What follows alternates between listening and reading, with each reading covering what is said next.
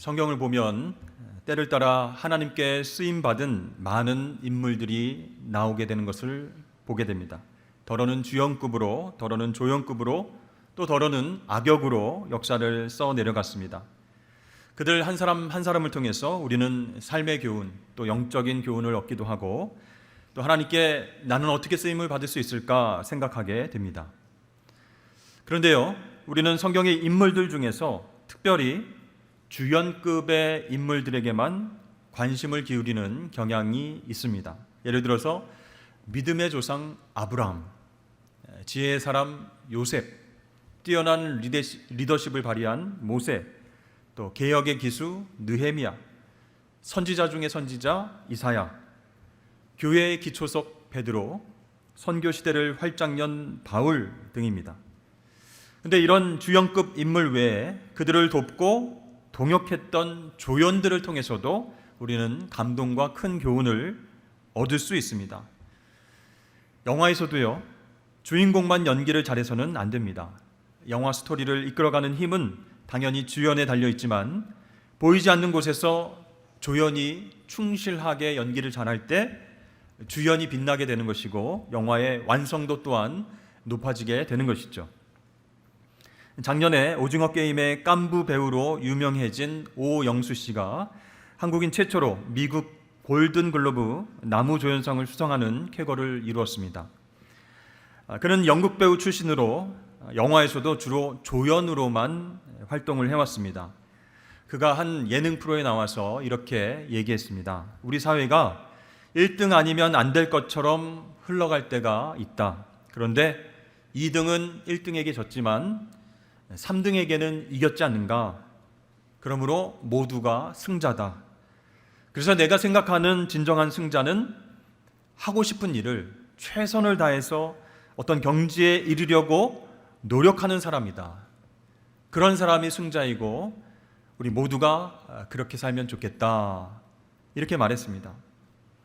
치열한 경쟁 사회 속에서 힘들어하는 이들을 위한 따뜻한 위로의 말이라고 여겨집니다. 여러분, 하나님께서는 인생의 무대에서 주연과 조연 상관없이 우리를 사용하시는 줄로 믿습니다.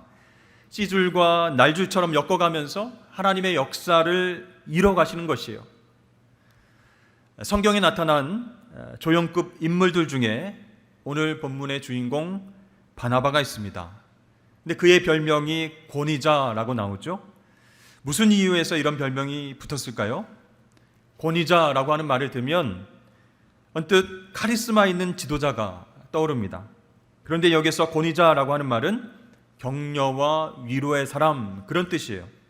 말하자면 상담자, 카운슬러, 그것에 해당하는 말입니다. 그러니까 이 바나바는 가는 곳마다 사람들에게 용기를 주고 위로해주는 그런 역할을 잘했기 때문에 그 별명이 붙었던 것이죠. 그렇습니다. 1등과 주연만을 원하는 경쟁 사회 속에서 우리에게 필요한 사람은 바로 바나바와 같은 사람이다라는 것이죠. 오늘 바나바의 삶과 사역을 통해서 과연 우리는 누군가에게 위로와 격려를 해준 적이 있는가? 또 우리 인생의 무대에서 주연이든 조연이든 하나님께 내가 아름답게 쓰임받을 수 있을 것인가? 함께 생각해 보았으면 좋겠습니다. 우리가 바나바에게서 배워야 할 첫 번째는 그의 헌신입니다. 바나바는요, 하나님께 완전히 드리는 헌신의 삶을 살았다고 할 수 있습니다. 사도행전 4장 37절 말씀해 보니까 그가 밭이 있음에 팔아 값을 가지고 사도들의 발 앞에 두니라. 여러분 잘 아시는 것처럼 초대교회의 공동체는요, 각 사람의 필요를 따라서 다 나눠주고 유무상통했던 그런 공동체였습니다.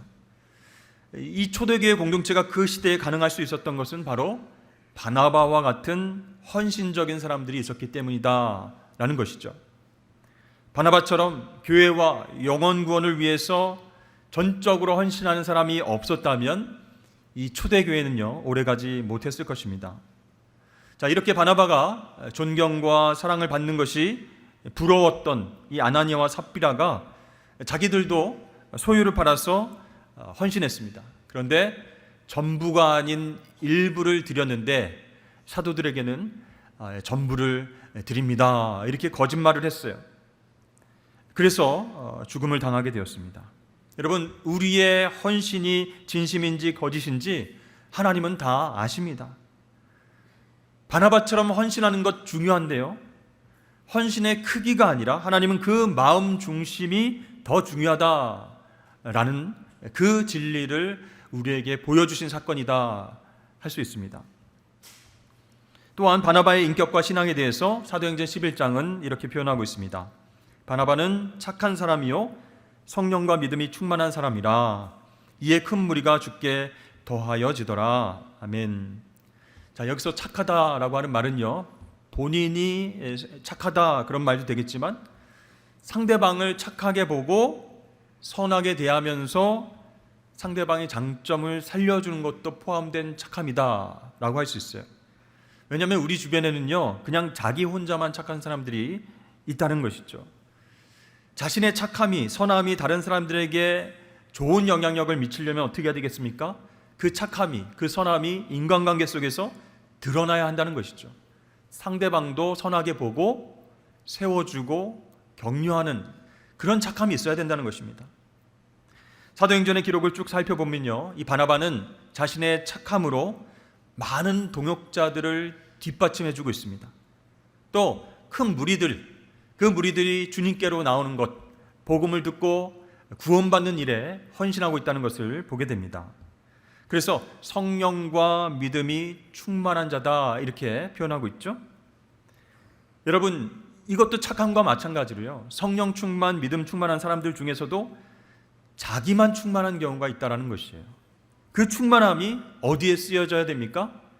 전도와 구원 사역에 쓰임받지 못하는 경우도 있기 때문에 성령 충만, 믿음 충만이 바로 영혼을 구원하는 일에 쓰여야 그게 진정한 충만이다 할 수 있습니다.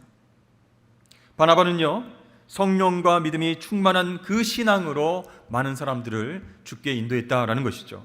한마디로 전도의 사람이었다라는 것이죠. 이렇게 바나바는 하나님과 사람에게 헌신한 사람이었습니다. 누가 강요해서가 아니었어요. 누구에게 잘 보려고 한 것도 아닙니다. 나를 구원해주신 그 은혜와 사랑에 감격해서 자발적으로 교회와 이웃과 하나님께 헌신한 것입니다. 착함이라고 하는 인격과 또 믿음과 성령 충만이라고 하는 신앙을 가지고 쉬지 않고 복음을 전했을 때 놀라운 열매가 맺혀진 줄로 믿습니다. 코로나 시대를 거치면서 한국교회는 점점 전도의 열정이 식어가고 있음을 보게 됩니다. 물론 인구 절벽, 신앙 인구 절벽이라고 하는 구조적인 문제도 있지만 점점 복음을 전하는 열정이 식어가는 현실은 우리가 부인할 수가 없는 것이죠. 이러한 현실을 극복할 수 있는 대안은 무엇이겠습니까? 우리 가운데에 바나바와 같은 사람들이 많아져야 된다라는 것입니다. 하나님과 이웃들을 향해서 헌신할 수 있는 사람, 개인보다는 공동체를, 또 내 나라보다는 하나님 나라를 위해서 복음 전할 수 있는 헌신할 제자가 필요한 것이죠. 저는 우리 교회 재직들과 성도들이 바나바처럼 하나님과 이웃을 위해 헌신할 수 있게 되기를 주의 이름 축복합니다. 그 인격과 신앙으로 마지막 때까지 쓰임받아서 많은 사람들에게 선한 영향력을 베푸시는 저와 여러분 되시길 축원합니다. 두 번째, 바나바는요, 격려와 위로의 사람이었다라는 것이죠. 훌륭한 지도자는요, 윗분들과의 관계, 동역자와의 관계, 그것을 잘하는 사람입니다. 한편 연약하고 도움이 필요한 소외된 사람들, 힘없는 사람들, 그 사람들을 이해하고 돕는 사람이 정말로 좋은 지도자다 할 수 있어요. 자, 사도들이 바나바의 말과 행동과 모든 것을 지켜보면서 별명을 붙였는데 위로자, 상담자 이렇게 붙인 것, 큰 의미가 있는 것이죠. 또 그에게 큰 일을 맡긴 것, 그것은 이 바나바가 사도들과의 관계를 잘 유지하고 인정을 받았기 때문이다라고 할 수 있습니다. 이 바나바는요, 이 바울이 12사도를 만나려고 할 때 어려움에 처했습니다. 이 바울, 예수 믿는 사람들을 잡아서 죽이려고 했던 사람 아닌가, 이렇게 오해하고 안 만나주려고 했어요. 그때 바나바는 바울을 도와줍니다. 오늘 26절과 27절 말씀 보니까 사울이 예루살렘에 가서 제자들을 사귀고자 하나 다 두려워하여 그가 제자됨을 믿지 아니하니 바나바가 데리고 사도들에게 가서 그가 길에서 어떻게 주를 보았는지와 주께서 그에게 말씀하신 일과 다메섹에서 그가 어떻게 예수의 이름으로 담대히 말하였는지를 전하니라. 그러니까 바나바가 바울을 사도들에게 데리고 가서 이 바울이 어떻게 부활하신 주님을 만났는지 또 그 이후에 어떻게 복음을 담대하게 전했는지 잘 설명해 줍니다. 그러니까 바울을 의심하는 사도들에게 안심시켜 주는 것이죠. 만일 바나바의 신뢰와 추천 그리고 보증이 없었더라면 이 위대한 바울은 탄생할 수가 없었을 것입니다. 바로 이 점이 바나바의 은사라고 할 수 있습니다. 자기의 선함, 자기의 착함으로 다른 사람들도 착하게 보고 일꾼으로 자랄 수 있도록 그렇게 뒷받침하고 배려하는 것이죠. 또 예루살렘 교회의 파송을 받은 바나바는요, 안디옥 교회에서 목회를 할 때 큰 성공적인 목회를 경험했습니다. 큰 무리가 주께로 나왔다, 그렇게 증거하고 있죠. 여러분, 누구든지 사역이 잘 되면요, 그 공로를 자기에게서 찾으려고 합니다. 내가 열심히 하니까, 내가 잘하니까 이런 큰 은혜와 복을 주셨지. 그러나 바나바는요, 이 목회의 부흥을 경험할 때 다소에 머물고 있었던 바울을 데리고 와서 함께 사역을 하고 있습니다. 여러분, 왜 그랬을까요? 본인이 목회할 때 정말로 부흥하고 정말로 큰 성공의 열매들을 그렇게 맺었는데 왜 바울을 굳이 데리고 왔을까요? 바로 바울의 복음에 대한 열정이 너무나 컸기 때문이에요. 교회에서 함께 사역하면 유익이 있겠다, 그렇게 판단했기 때문입니다. 경쟁자로 생각할 수 있었음에도 불구하고 바나바는 바울을 안디옥으로 데려와서 함께 사역을 했던 것이죠. 어떤 교회에서는요, 부교육자가 담임 목사보다 설교를 더 잘하거나 목회를 더 잘하거나 인기가 많으면 안 된다, 이렇게 강조를 한다고 합니다. 그래도 여전히 잘하고 여전히 인기 있으면 잘 가라고 이렇게 인사를 한다고 합니다. 여러분, 생각해 보십시오. 부목사님들이 설교도 잘하고 신방도 잘하고 목회를 잘하면 얼마나 좋은 일입니까? 우리가 마땅히 격려하고 칭찬해 줘야 하지 않겠습니까? 반대로 조금 부족하고 서투른 부분이 있어도 은혜 받았습니다, 잘하고 계십니다, 수고 많습니다, 이렇게 세워줘야 되지 않겠습니까? 혹시 우리 가운데 그런 분은 안 계시겠지만 아직 전도사니까 잘 모르는 게 많은 것 같아, 아직 목회한 지 얼마 안 되니까, 또 아직 우리 아들뻘 딸뻘 되니까, 내가 이곳에서 경력이 한 20년 30년 되니까 내가 한번 잘 가르치고 잘 지도해서 사람 만들어야 되겠다, 이런 분은 혹시 안 계시겠죠? 여러분, 우리 교회 우리 부교육자들 한번 보십시오. 다 잘생기고 다 예쁘지는 않지만 그 정도는 정말 외모가 준수하다, 저보다 다 낫습니다. 얼마나 성품도 좋고 목회를 열심히 하고 있는지 모릅니다. 저를 잘 도와주고 있습니다. 그러니까 우리가 겉모습만 보고 그렇게 판단할 수 없는 것이요, 제 경험상 하나님께서 세우신 종은 하나님께서 만들어 가십니다. 그 사람이 하나님 앞에 바로 서기만 하면 실력과 경험이 부족할지라도 하나님께서 필요한 곳에 보내셔서 아주 잘 사용하는 것을 제가 경험했습니다. 그러므로 여러분, 바나바처럼 격려와 위로의 사람이 되시길 바랍니다.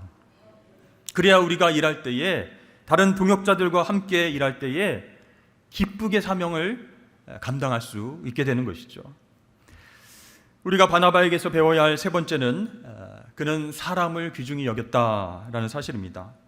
이 바나바가 바울을 12사도에게 소개한 사실이나 또 다소에서 은둔해 있던 이 바울을 복음 전선으로 이끈 사실, 그것은요, 사람을, 인재를 아끼는 바나바의 모습으로 볼 수 있다는 것이죠. 뿐만 아니라 1차 전도 여행 중에 밤빌리아 버가에서 전도팀을 떠나서 예루살렘으로 돌아갔던 이 마가 요한이라는 사람이 있어요. 근데 이제 2차 전도 여행을 떠날 때 이 마가 요한을 함께 데리고 가자 했을 때 바울과 바나바가 이 문제로 다투게 됐습니다. 바나바 입장에서는 이 마가 요한이 다시 마음을 잡고 그렇게 선교여행 떠나면 잘할 것이다, 기회를 줘야 된다, 이렇게 주장하는 편이었습니다. 그러나 바울은 그 마가 요한으로 인해서 복음 사역에 조금이라도 지장이 생길 수 있으므로 동행할 수 없다, 이렇게 주장했죠. 두 사람의 주장은 나름대로 이유가 있었습니다. 두 사람의 의견 차이는 선과 악의 문제가 아니라 서로의 기질과 성격 차이에서 비롯된 것이다 할 수 있어요. 바나바가 사람 중심으로 생각하는 사람이었다면 이 바울은요, 사역을 우선순위에 둔 그런 사람이었던 것이죠. 결국 이 바나바는 마가를 데리고 배 타고 구브로로 가고 바울은 신라를 택한 후에 떠나게 됩니다. 그러나 이 일은요, 나중에 바나바가 옳았다라는 것으로 결론이 지어집니다. 바울이 후에 자기의 실수를 깨닫고 인정하고 마가를 나에게 보내주라, 이렇게 얘기를 하죠. 이 마가가요, 바나바의 기대했던 것과 같이 훌륭한 일꾼으로 성장하고 귀한 사명을 잘 감당했기 때문이었습니다. 그 점을 바울도 이제 나중에는 인식하고 자기의 어떤 처신을 돌이켜서 마가를 받아들이게 되는 것이죠. 자, 이런 경우를 생각해 볼 때 바나바가 어떤 사람인가? 사람에 대한 이해의 깊이가 있는 사람이다, 또 사람을 소중히 여기는 사람이다라는 것을 알게 되는 것이죠. 바울은 그에 비해서 바나바에 조금 미치지 못했다라는 것입니다. 만일 이 마가 요한에 대한 바나바의 이해와 투자가 없었더라면 이 초대교회는 한 명의 훌륭한 일꾼을 잃을 뻔했다라는 것입니다. 디모데후서 4장 11절 말씀에 보면 바울이 이렇게 얘기합니다. 마가를 데리고 오라, 저가 나의 일에 유익하니라, 이렇게 마음을 돌려서 그를 맞아들이고 있다라는 것이죠. 여러분, 우리도 평소에 사람에 대한 어떤 편견과 실적 위주의 판단으로 이 바울과 똑같은 실수를 저지를 때가 종종 있습니다. 그러면요, 마음속에 미리 선을 그어놓고 그렇게 사람을 대할 때가 생기게 된다는 것이죠. 또 우리가 교회에 와서 교회를 둘러보게 되면 봉사하시고 섬기시는 분들이 계시죠. 교사로, 찬양대로, 찬양팀과 또 악기로, 또 차량 안내로, 식당 봉사로, 안내위원으로 섬기는 많은 분들, 그런 분들을 볼 때 더운 날 참 수고하시는구나, 감사와 존경의 마음을 가져야 되지 않겠습니까? 그런데 저 사람은 왜 저기에 있지? 저 사람은 왜 저곳에서 섬기고 있지? 몇 년 동안 저곳에서 꾸준히 일하는데 뭔가 있는 것 같아? 뭐 이렇게 편견과 어떤 자기의 어떤 생각으로 사람들을 판단할 때가 있다는 것이죠. 때로는 실수할 수도 있습니다. 때로는 연약해서 흔들릴 때도 있습니다. 그럼에도 불구하고 우리에게는 바나바의 너그러움이 우리 마음 가운데 넘쳐나야 할 줄로 믿습니다. 그래서 어떻게 인사를 해야 될까요? 더운데 수고하십니다. 고생하십니다. 덕분에 예배를 편안히 잘 드렸습니다. 감사합니다. 여러분, 이렇게 일보다는 사람의 초점을 맞추고 관심과 사랑을 줄 수 있는 저와 여러분 되실 수 있기를 축복합니다. 바나바에게서 배워야 할 네 번째는요, 그가 자신의 명예나 인기보다 이 바울의 지도력을 인정하고 하나님께 함께 영광을 올렸다라는 점이에요. 자, 사도행전의 전반부를 보면요, 바나바와 바울은 이렇게 표현이 되어 있는데 13장, 14장, 15장 중후반으로 갈수록 표현이 완전히 바뀝니다. 바울과 바나바는 이렇게 순서가 바뀌는 거예요. 그런데 이런 변화에 대해서 바나바는 전혀 개의치 않았습니다. 사실 여러분 생각해 보면 바나바와 바울은 안디옥 교회에서 파송을 받은 선교사예요.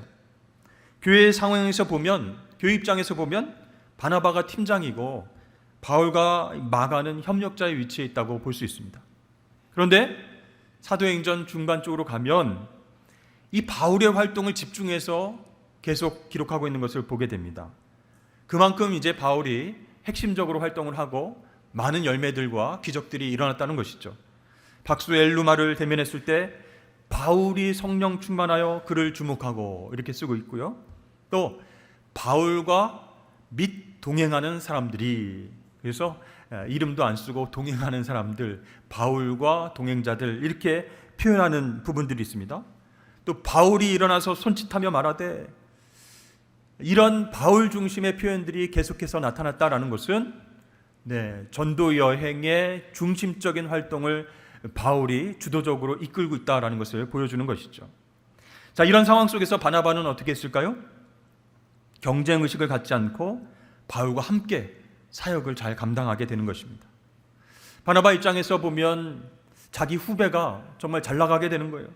그것도 자기 추천에 의해서 예루살렘 교회에 받아들여졌던 그 일꾼이 자기보다 막 앞서게 되고 놀라운 능력이 나타나게 되고 큰 열매가 나타나는 것입니다. 그럼에도 불구하고 개의치 않았다라는 것이에요.